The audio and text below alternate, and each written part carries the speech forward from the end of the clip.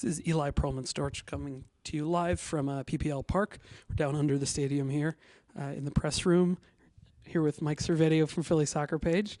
And unfortunately, we don't have better news to celebrate. After a win, a draw, we now get a loss as the Union conceded the lead that they took very nicely in the first half, going down 2-1 to New England Revolution. Really putting a damper on some positive momentum they'd been building and taking what was almost a really excellent week and knocking it back to a pretty mediocre one. So right off the bat, the big discussion is about Jay Heaps making 2 subs that come in and almost instantly influence the game. Jim Curtin makes his 2 subs, bringing on Brian Carroll and bringing on, oh my gosh, I'm forgetting. Who else came on? Andrew Wenger, there it is. Bringing them on for Sapong and bringing them on for Maidana. And it changed the game. It put the Union in a more defensive shell, and then they concede. So, first of all, Jim Curtin was very adamant that substitution, bring on Brian Carroll, had nothing to do with that first goal, which I completely agree with. But in terms of the shape of the team, how much do you think it affected it?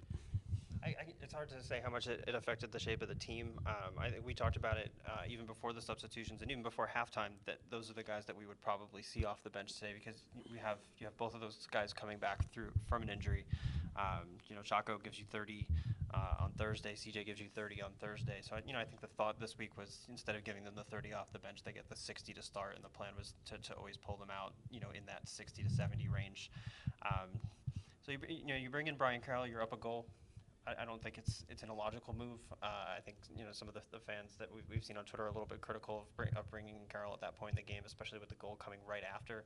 But I don't see the substitutions as being a huge part of the goals that they conceded today. No, I agree. New England subs made a big difference. You looked at what a fresh Teal Bunbury was able to do.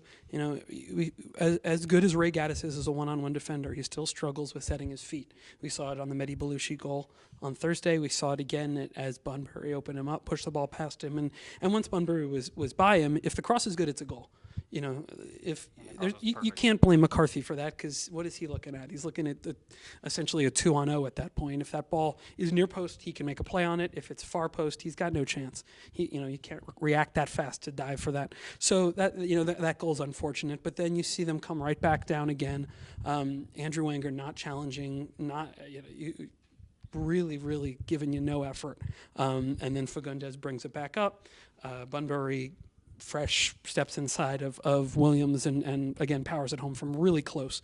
So it's a problem. It's a big problem, and it's one that the Union knew they were going to deal with going into the game, because they're missing Vincent O'Gara. So they had to go with Zach Pfeffer in that number 8, that box-to-box role. And that lack of communication, we saw a lot of chattering and pointing and trying to get organized, but New England can really play. And when Rowe and when Jim Curtin alluded it to in his postgame, when those guys can get in between your lines, they cause a lot of problems, which is how they got to the final last year. They're no slouches, even though they're missing basically their whole back line.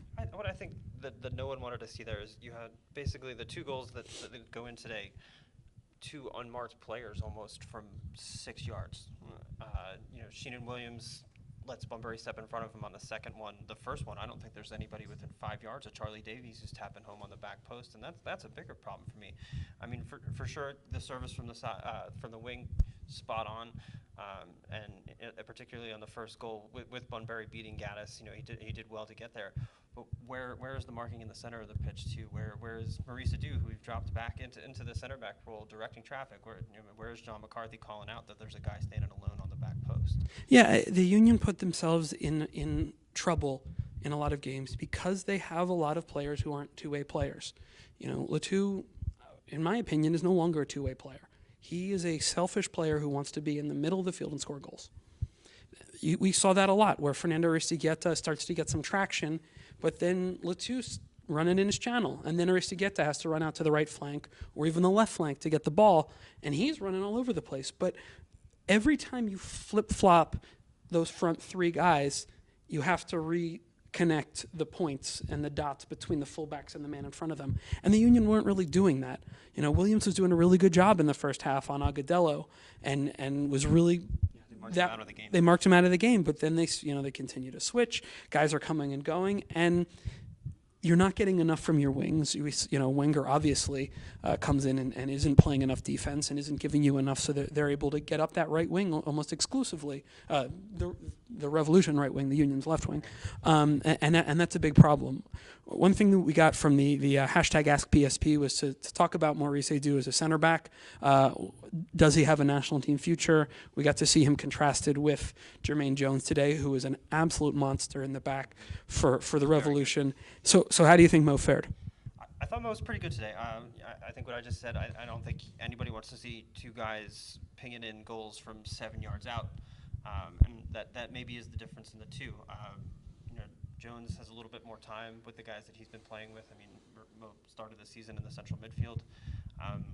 And in terms of the question, does he have a chance to play center back for the national team? I think he does. I think he brings the same thing that Jermaine Jones brings to that position. Solid aerial guy, can pass well out of the back, good with the ball at his feet, very good marker when he wants to be.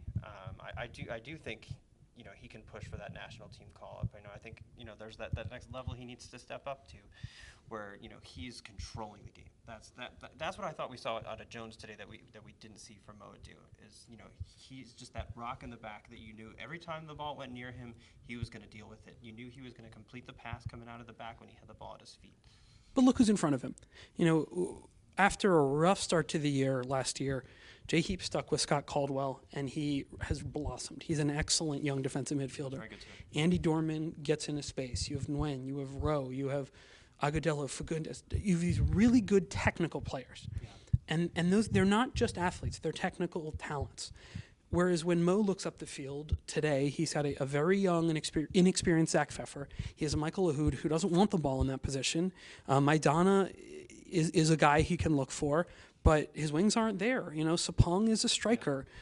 Latu is a striker. So I think it's hard to make the comparison as a pure apples to apples. I mean, obviously it's a fair comparison because we saw them both on the field today and we saw what they could do. But Jim Curtin even alluded into his press conference that the Union are not going to start passing out of the back. It's because they don't feel that they're the kind of team that can do that.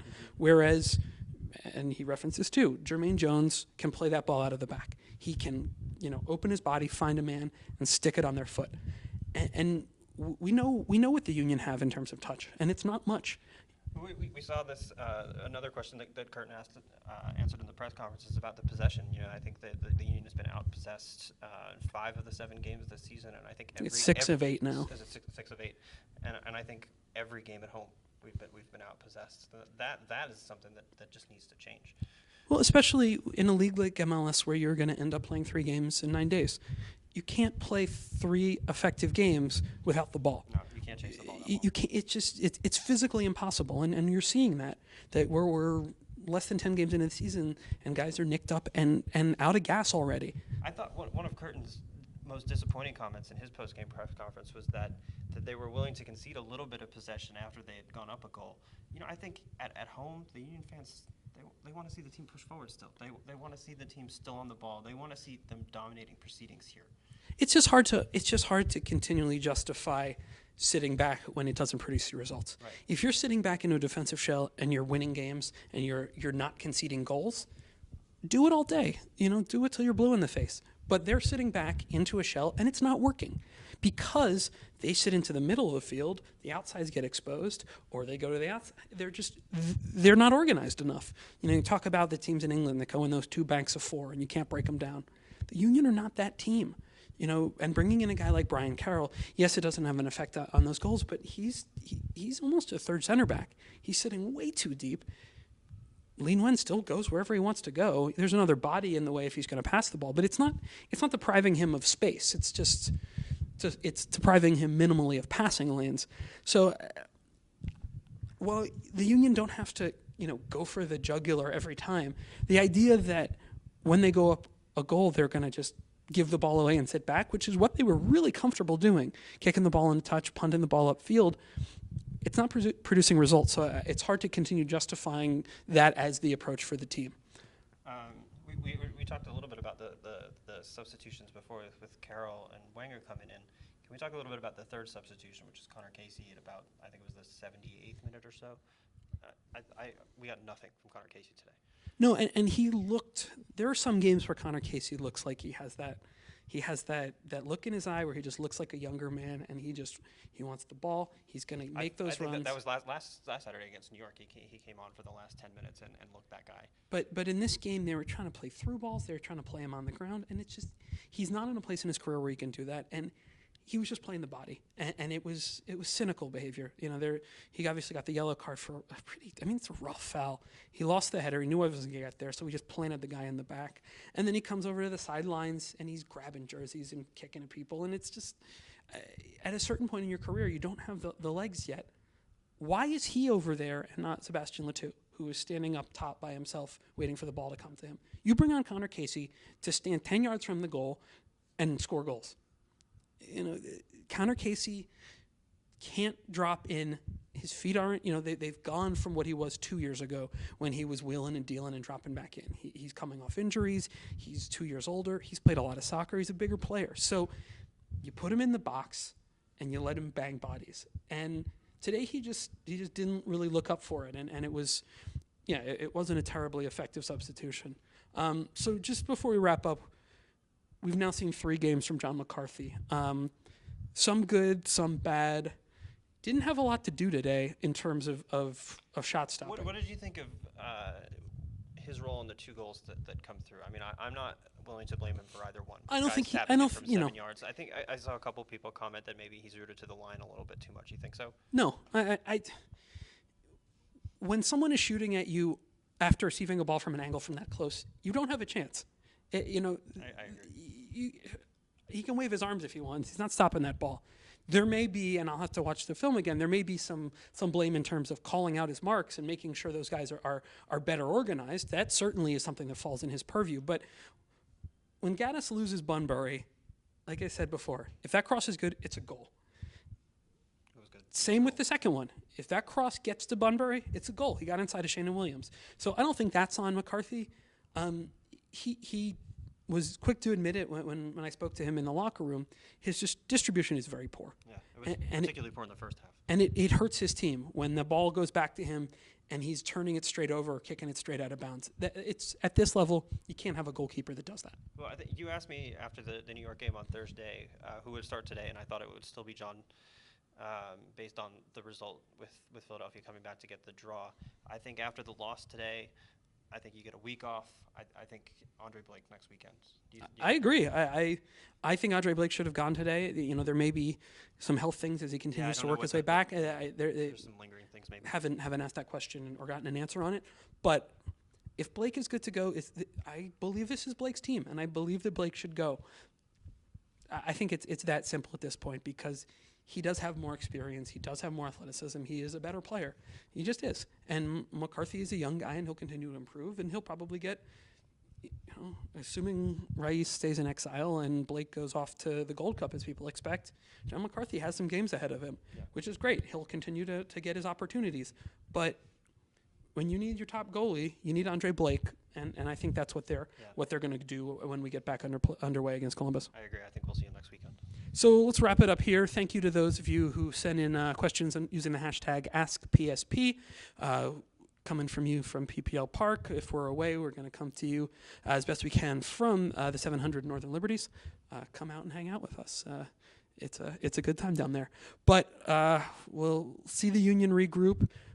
Missed out on a big opportunity today to get 3 points and climb into the playoff spot, into the playoff spots. And now they have to sit in 8th place and watch soccer for a week and see what they can come up with when they go on the road to a Columbus team who, thanks to a little hot-headedness from Orlando, really shelled Orlando City and won 3-0 yesterday, Saturday. So thank you again for watching. We appreciate you taking the time, and we will see you next week.